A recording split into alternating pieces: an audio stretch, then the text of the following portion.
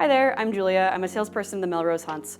I want to show you the ProMaster Chronicle Tripod, which ProMaster was kind enough to let me try out to get a better picture of it.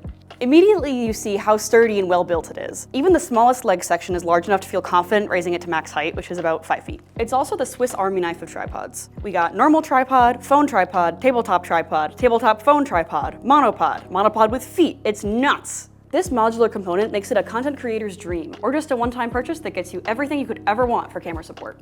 For hybrid shooters, you get a ball head with a removable handle that gives you the ability to pan from the base of the head. There isn't a strict tilt function, but the vertical shooting allowed by a ball head is a worthy trade-off to me, which goes back into how it's such a great tripod for content creators. Even considering all these features, my personal favorites might be the smallest. A 1/4-20 and a 3/8 screw hole on either side of the top of the legs, allowing for endless possibilities to add accessories to the tripod instead of crowding the camera up top or needing a second stand. I could probably talk about this thing forever, but you've got the highlights. It's available in carbon fiber or aluminum, and it's at your local Hunts.